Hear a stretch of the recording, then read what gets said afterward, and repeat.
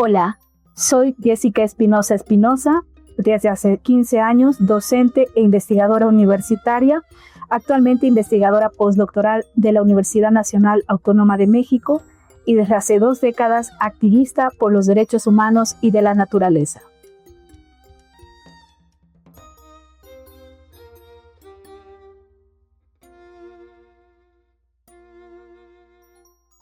La participación ciudadana en Ecuador es un derecho, pero también un deber. Recordemos que el artículo 61 de la Constitución ecuatoriana reconoce que todos y todas las ecuatorianas tenemos derecho a participar de la toma de decisiones en los asuntos públicos, pero también a ser consultados y a fiscalizar el buen manejo de nuestros recursos públicos. Es un deber de todo ecuatoriano y ecuatoriana porque el artículo 83, numeral 17, dice que es responsabilidad de cada ciudadano de la República participar de los asuntos políticos, cívicos y ciudadanos con transparencia y honestidad.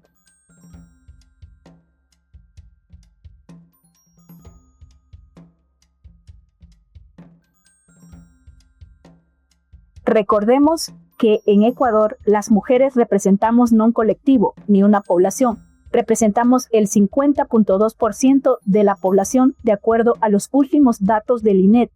Y además, la población LGBTIQ+, representa aproximadamente el 3% de la población. En definitiva, son sujetos de derecho. Por tanto, el Estado no solamente debe reconocer estos derechos, sino tiene que garantizarlos.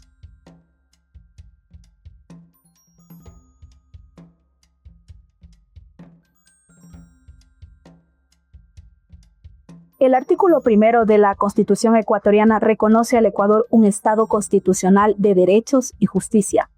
En el centro de toda la República y del Estado se encuentran las personas entendidas en toda su diversidad y magnitud, e identidades culturales, de género y sociales.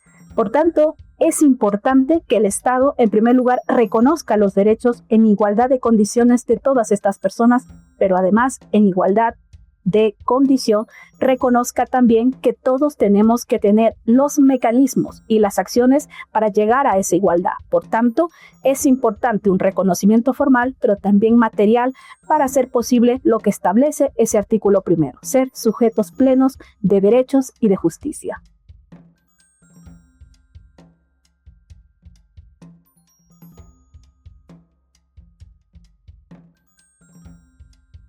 Creo que entre las barreras más identificables para el logro de la igualdad, la no discriminación y el derecho a una vida libre de violencia de las mujeres y la población LGBTIQ+, es importante derribar las desigualdades sociales y económicas que aún existen en el Ecuador. Además, es importante fomentar el diálogo social en un entorno de cultura de paz, igualdad y no discriminación. Al Ecuador no lo vamos a cambiar por decreto legal, lo vamos a cambiar con la decisión que cada uno de nosotros adoptemos para hacer efectiva esa igualdad, ese reconocimiento de la diversidad, ese reconocimiento de que todos somos iguales en derecho y tenemos derecho a ser diversos. Lo que no se puede tolerar son los comportamientos de desprecio, odio y misoginia y todo lo que es la homofobia hacia la población de la diversidad.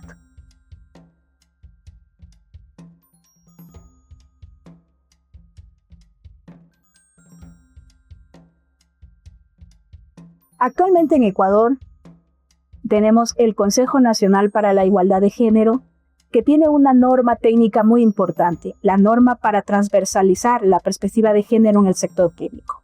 Es importante que el Estado, a través de los servidores y servidoras públicas, se empoderen de los máximos estándares de protección y garantía de los derechos humanos. Pero también de forma paralela o simultánea con el Estado, es importante que los estados, que los ciudadanos, en primer lugar, se apropien de esos mecanismos de participación ciudadana, la organización de veedurías, comités de usuarios, observatorios, defensorías comunitarias, para promover los derechos que tenemos todas las personas en igualdad de condiciones sin discriminación. Por eso es importante hacer de la ley una igualdad efectiva. Caso contrario, no llegaremos a ese Estado constitucional de derechos que nos garantiza la Constitución del 2008.